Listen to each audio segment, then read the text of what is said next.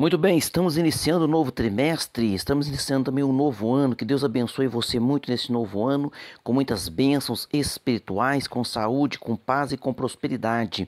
O corpo de Cristo, origem, natureza e vocação da igreja no mundo. É muito importante, viu? Estas lições são 13 lições falando sobre a importância da igreja, pois nós estamos vivendo dias e tempos em que a igreja está sendo desvalorizada e principalmente por causa da conduta de muitos homens, as pessoas têm olhado a igreja como se ela não fosse, realmente uma instituição divina, mas ela é uma instituição divina. E aqueles que têm trazido escândalos para a casa do Senhor, Deus tratará com cada um desses. Primeira lição, a origem da igreja. Texto áureo, disse-lhes Pedro: arrependei-vos e cada um de vós seja batizado em nome de Jesus Cristo, ou seja, pelo poder, pela graça do Senhor Jesus Cristo, que não é fórmula batismal, viu? Forma batismal é batizar em nome do Pai, do Filho e do Espírito Santo. Então Pedro diz: vocês vão ser batizados em nome de Jesus, pela graça, pelo poder de Jesus, para perdão dos pecados, e recebereis o dom do Espírito Santo. Está em Atos capítulo 2, versículo 38, verdade prática. A igreja é a família de Deus, comprada com o sangue de Cristo e selada com o Espírito Santo. A leitura bíblica em classe se encontra em Atos capítulo 2, versículo 1 e 2, também o versículo 37 e o versículo de número 38. Muito bem, vamos agora para a nossa introdução.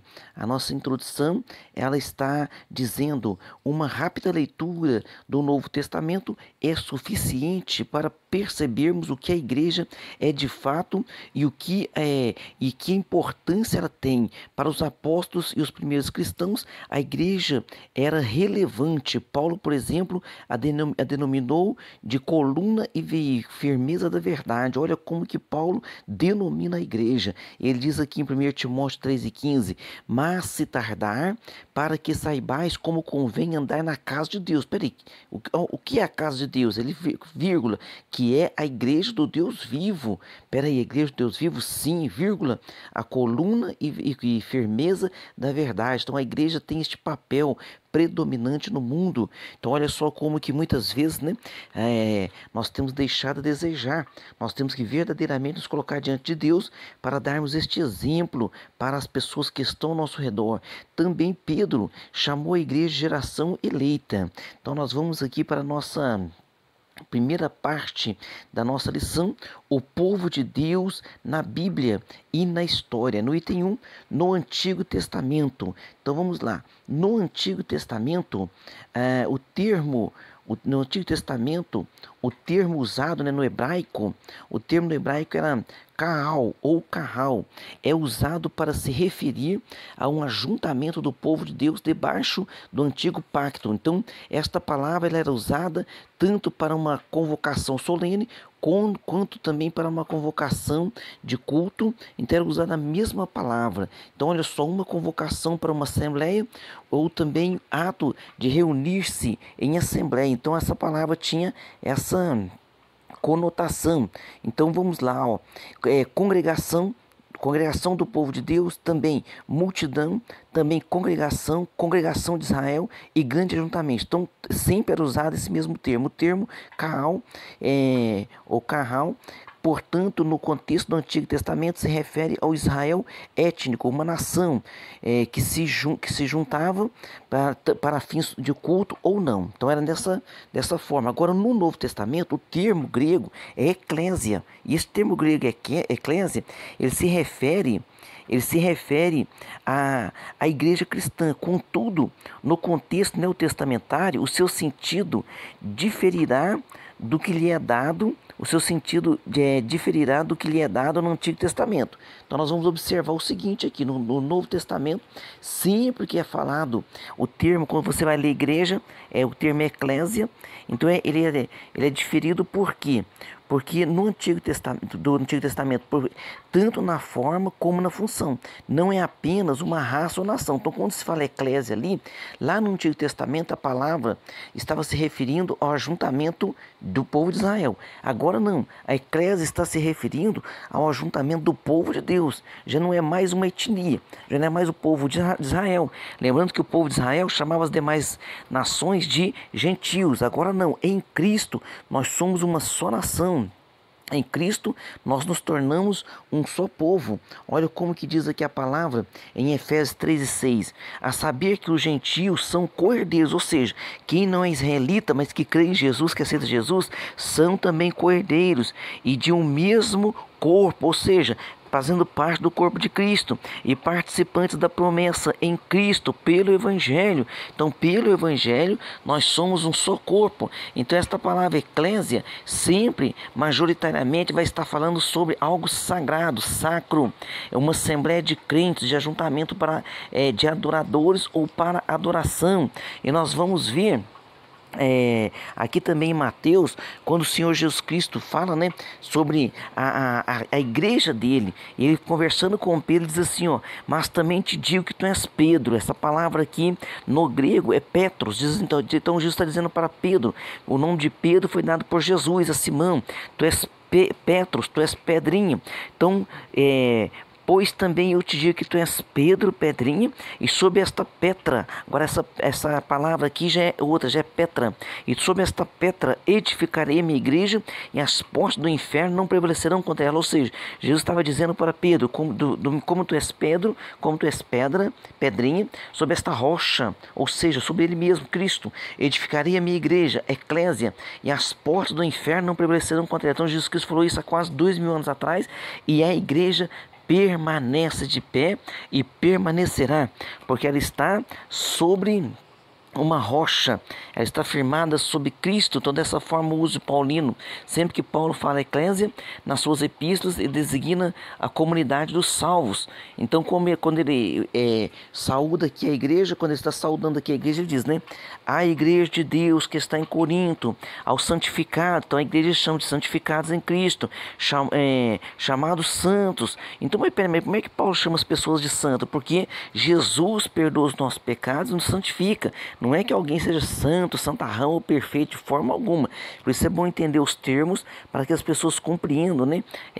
Como que a Bíblia nos ensina e orienta. Então Paulo, quando falava aqui, ó, ele ensinava a igreja, disciplinando o uso dos dons na adoração para a eclésia, para a igreja, dando diretrizes para a eclésia, para a igreja. Então sempre esse termo era usado por Paulo, viu? É sempre de maneira sagrada, sempre de maneira sacra. No item 3 aqui, na história cristã, há quem creia que a igreja subsiste governada pelo sucessor de Pedro, pelos bispos em comunhão com ele.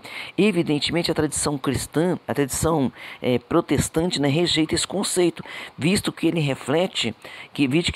não reflete o conceito do Novo Testamento, onde a figura do sucessor de Pedro é totalmente estranha ou desconhecida. Então, se você for observar a Bíblia, analisar a Bíblia não dá nenhuma ênfase em quem foi o sucessor de Pedro, não dá nenhuma ênfase em quem foi sucessor dos apóstolos, mas a igreja foi crescendo, se estabelecendo, e Paulo depois foi ensinando, né? Os apóstolos também eram vivos nessa época, ensinavam dessa forma também, em que você deveria levantar de presbíteros, deveriam cuidar daquela igreja. Paulo mesmo foi supervisor de várias igrejas. Então ali, imagina que as igrejas que Paulo fundou, não havia figura de Pedro naquelas igrejas, havia figura de Paulo, a figura que eu digo assim, Paulo sendo supervisor, Paulo ensinando, tá? Não é figura no sentido de imagem, porque os primeiros cristãos tinham certeza que não poderia ter imagem de escultura dentro de suas igrejas, de forma alguma, tá certo? Então, essa figura de sucessor de Paulo, biblicamente, ela não é correta, de Pedro, biblicamente, ela não é correta. Após a reforma do século XVI, a tradição protestante procurou dar sentido bíblico e mais preciso a respeito do que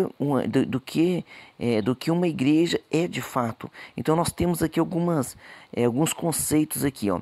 Em uma grande denominação protestante histórica, a igreja é definida da seguinte forma: ela é definida assim, abre aspas, uma congregação local de pessoas regeneradas e batizadas após profissão de fé ou confissão de fé.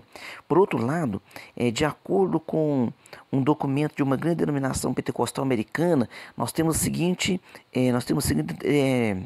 definição: o corpo de Cristo, a habitação de Deus através do Espírito Santo com divinas nomeações para cumprimento de sua grande comissão, onde cada crente nascido do Espírito é parte integrante. Nascido pelo Espírito é parte integrante da Assembleia Universal e da Igreja dos primogênitos que estão inscritos no céu. Então assim é denominada a Igreja do Senhor Jesus Cristo. Aqui em Efésios 1:22 diz assim, 23.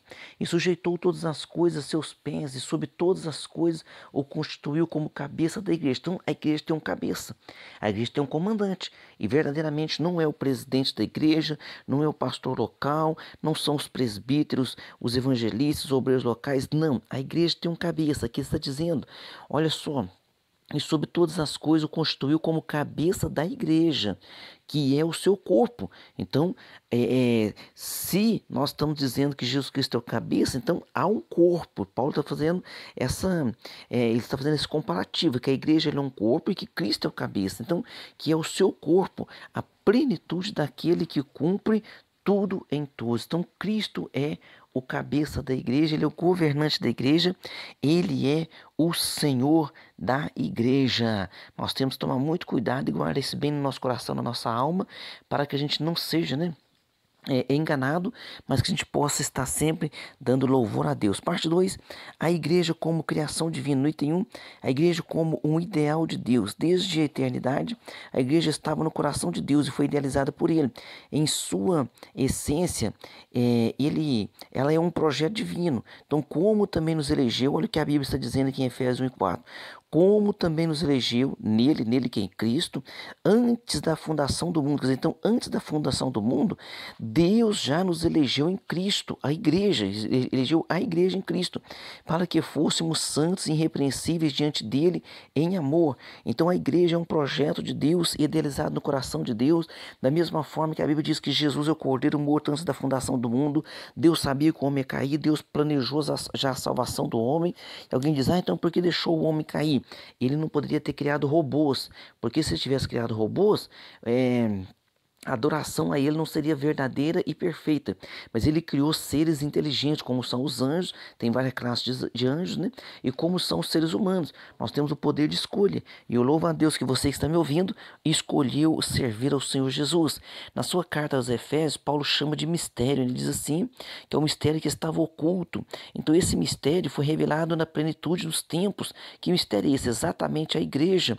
Então a igreja foi revelada. Jesus Cristo veio e morreu na cruz do Calvário, ressuscitou o terceiro dia, ficou ainda ressurreto 40 dias aqui na terra pregando, foi assunto ao céu, 10 dias depois enviou o Espírito Santo no dia de Pentecostes, que era uma festividade que era 50 dias após a Páscoa, ou seja, ressuscita na Páscoa, 40 dias depois ele é assunto ao céu, 10 dias depois vem o Espírito Santo neste dia, que é uma festividade judaica cheia de judeus de várias denominações, e o Espírito Santo vem e inaugura a igreja. Olha que coisa maravilhosa. No item 2 aqui, a igreja como uma realidade concreta. Como vimos, a igreja não ficou apenas na mente de Deus, ela passou a existir de uma forma concreta. O início da igreja acontece. Então, quando acontece o início da igreja? O início da igreja acontece...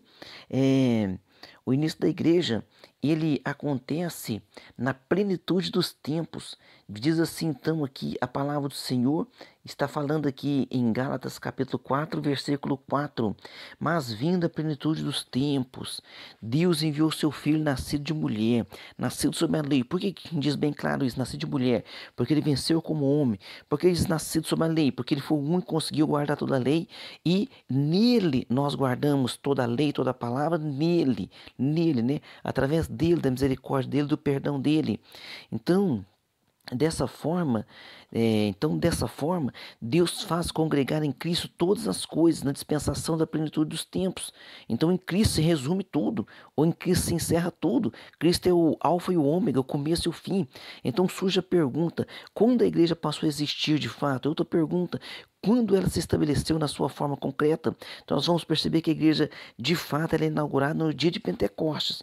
E lá em Mateus 16, 18, que nós já lemos aqui, já citamos para vocês, Jesus Cristo fala, né? Olha, como tu és Petros, pedrinha, sobre esta pedra rocha edificarei a minha igreja. Então ele diz, edificarei a minha igreja. Então ele morre, ressuscita, ao terceiro dia, prega 40 dias ressurreto, 10 dias, é assunto ao céu, senta-se do lado direito do Pai, 10 dias depois envia o Espírito Santo, que é no dia da festividade judaica chamada Pentecostes, e naquele dia a igreja é inaugurada. No item 3, a igreja no Pentecostes. Depois do Pentecostes, Lucas destaca que todos os dias acrescentava o Senhor à igreja, ou à eclésia, né, aqueles que se haviam de se salvar. Então, todos os dias estava ali havendo salvação de almas. Todos os dias o Senhor salvava, todos os dias o Senhor batizava com o Espírito Santo. Então, dessa forma, a igreja que existia apenas no coração e na mente de Deus se torna agora realidade concreta naquele dia que o Senhor marcou. O Senhor tem um dia marcado, tem a data marcada. Vamos falar aqui, né? Lembrar do arrebatamento, porque muitos estão pensando, né? Ah, mas desde os dias dos meus pais fala isso, e do arrebatamento, pastor. Mas Pedro, há 2000 anos atrás, explicou: 1000 anos para o Senhor é como um dia. Em 2030 vai fazer 2000 anos que ele prometeu arrebatar a igreja, e na contabilidade de Deus são 2 dias. E assim disse o apóstolo Pedro, que ele não retarda a sua promessa, ainda com alguns a tempo por tardia, mas ele é longano para convosco, não querendo que alguns se percam, mas que todos venham se salvar a conhecer a verdade.